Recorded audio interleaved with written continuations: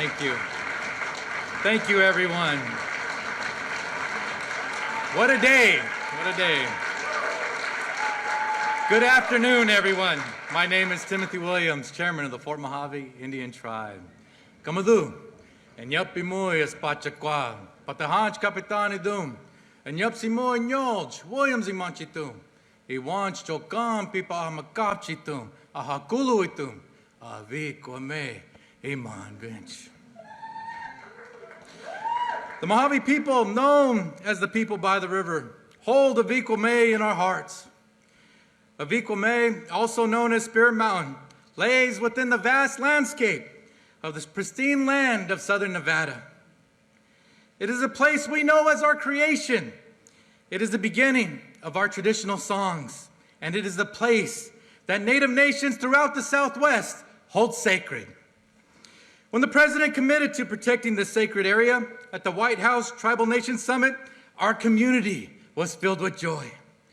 What had once been a distant dream for our people suddenly seemed possible.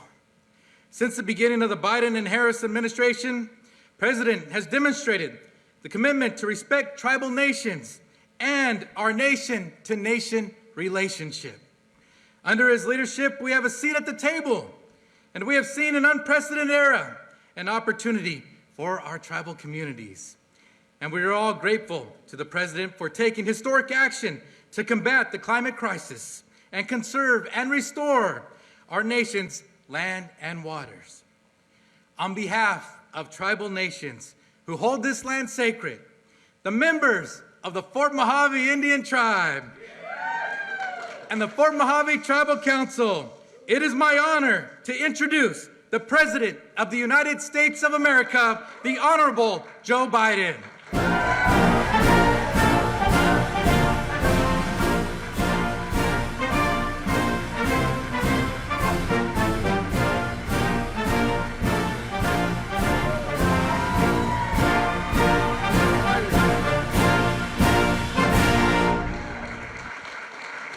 Please, have a seat. Thank you very, very much.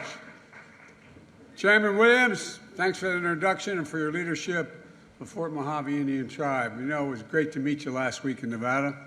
And thank you, Secretary Howland, for hosting this White House Conservation Summit here. You know, I want to thank you for all your fellow cabinet members and the federal employees across agencies to carry out this historic conservation plan across our nation, because it is a big deal.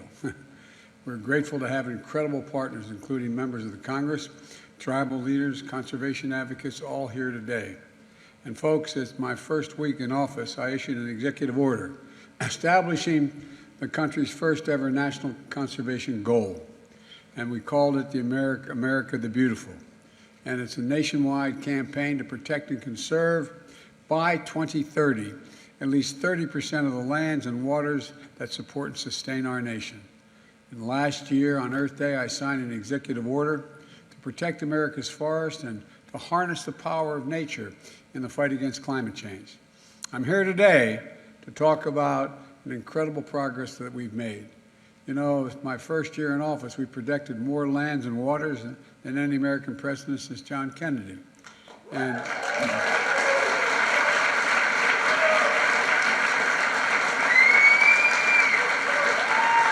And with the help of members of Congress here today, I signed a bipartisan infrastructure law and the Inflation Reduction Act, the largest investment in climate and environmental justice and conservation ever, anywhere in the world.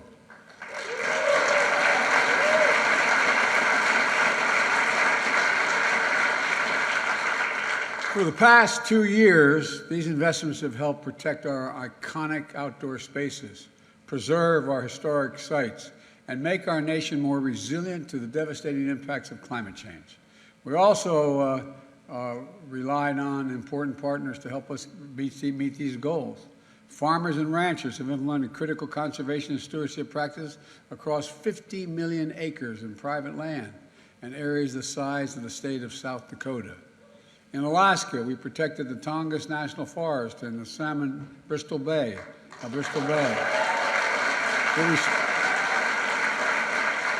We restored the protections and status the previous administration rolled back and Bears Ears National Monument.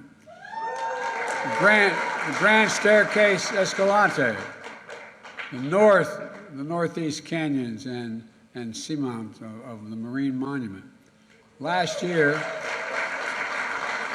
I had the honor of visiting Camp Hale, Continental Divide in Colorado, and adding that to the list of national monuments for the first time to be added into my administration.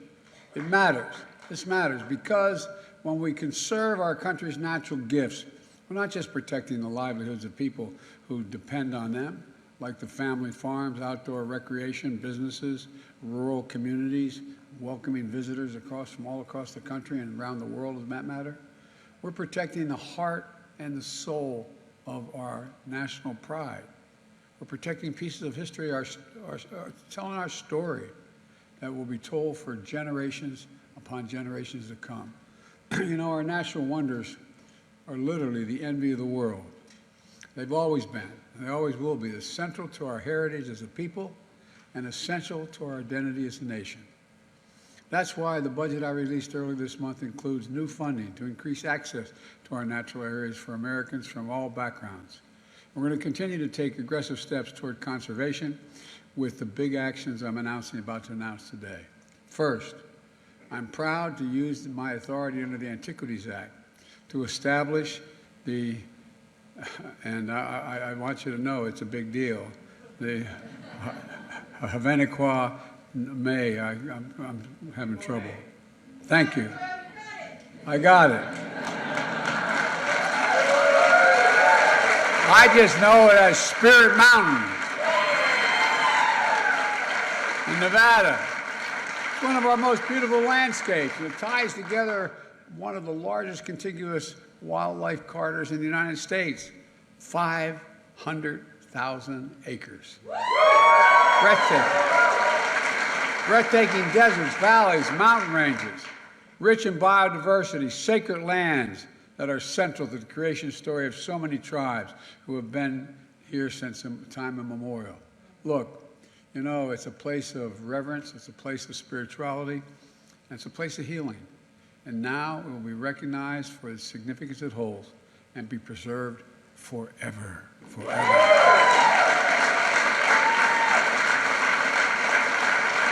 I look forward to visiting myself, and I want to thank my friends in Congress who fought so hard for this day to become possible. Senators Jackie Rosen, Catherine Cortez Mastow, Representative Susie Lee, Dina Titus, and a special thanks to you, Mr. Chairman, for your partnership. Look, second thing we're doing is we're protecting the Castner Range in Texas as a national monument. Thank you, Veronica Escobar, Representative, for your leadership in this. Now, I hope you'll still have reason to call me because you called me a lot on this one. This is managed by the United States Army at Fort Bliss, and it tells the story of the tribal nations who live there and the members of our armed forces who trained in those lands. It's also a place of incredible beauty.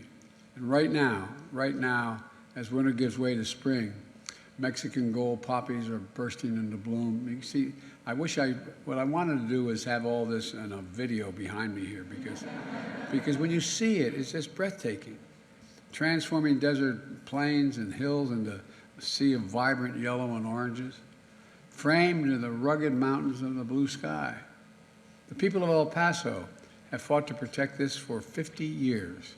Their work has finally paid off.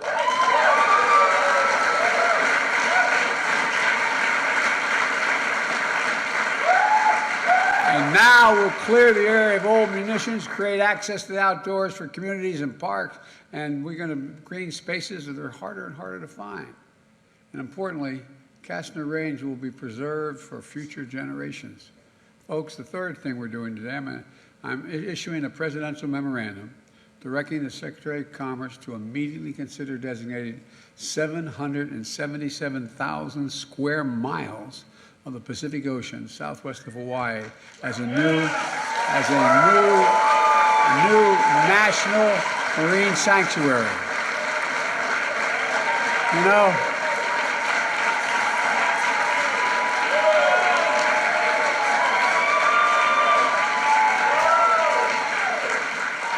That's an area larger than Alaska and Colorado put together and 3 times the size of Texas. That's no small amount of land underground. It would make it the largest ocean area on the planet with the highest level of protection. And it will help us meet our goal of conserving, the goal I set when I got elected, of protecting and conserving 30% of our oceans. It's a network of islands and reefs where waters are filled with the most diverse marine life on the planet. Sharks, rays, marlins, tunas, turtles, whales, ancient coral forests, many that are threatened and endangered right now, that won't be. And I want to thank Senator Brian Chance and Maisie. Maisie, where are you? There you are. There, I want to say Maisie and Representative Ed Case and Joe Kuna. And many Native Hawaiian Pacific Island leaders, look, who have worked tirelessly to protect our oceans. I want to thank you. I mean, I genuinely mean it. Thank you. It wouldn't have happened without you. And that's not all we're doing today.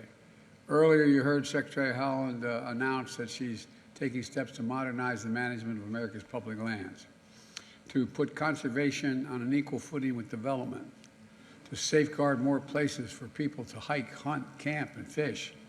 And we're going to be moving ahead today with a strategy to conserve the wildlife corridors across agencies and across our entire landscape. Whether it's the National Park Service or the Bureau of Land Management or the Forest Service or private landowners, we need to be coordinated to make sure the habitats we're conserving along migration routes, no matter where or who's in charge of that land. And today, we're releasing the first ever United States Ocean Climate Action Plan to harness the tremendous power of the ocean to help in our fight against the climate crisis. We know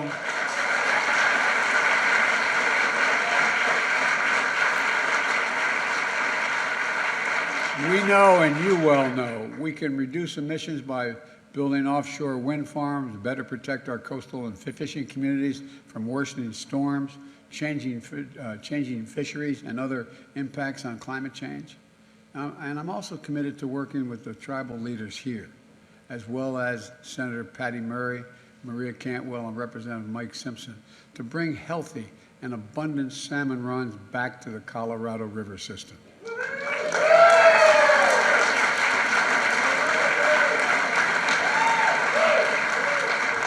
Let me close with this. Our country's natural treasures define our identity as a nation. They're a birthright. They're a birthright. We have to pass down to generation after generation. They unite us. That's why our conservation work is so important. It provides a bridge to our past and to our future, not just for today, but for all ages. Rachel Carson, environmentalist and author, wrote, quote, "Those who contemplate the beauty of the earth find reserves of strength that will endure as long as life lasts." I'll share with all of you here today the enduring reverence for the power and the promise of the country's extraordinary natural wonders. And they are extraordinary. When I was vice president, I went to most of the national parks, and I brought my family because I wanted them to see them. Going down the Colorado River, the Snake River, just incredible, incredible, incredible places. We've got to keep it going.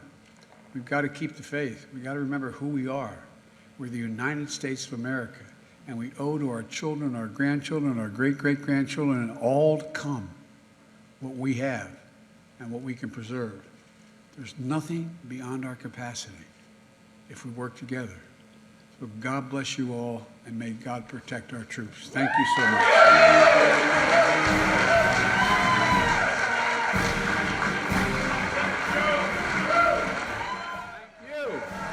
Good day. Thank you, thank you, thank you. Thank you, thank you.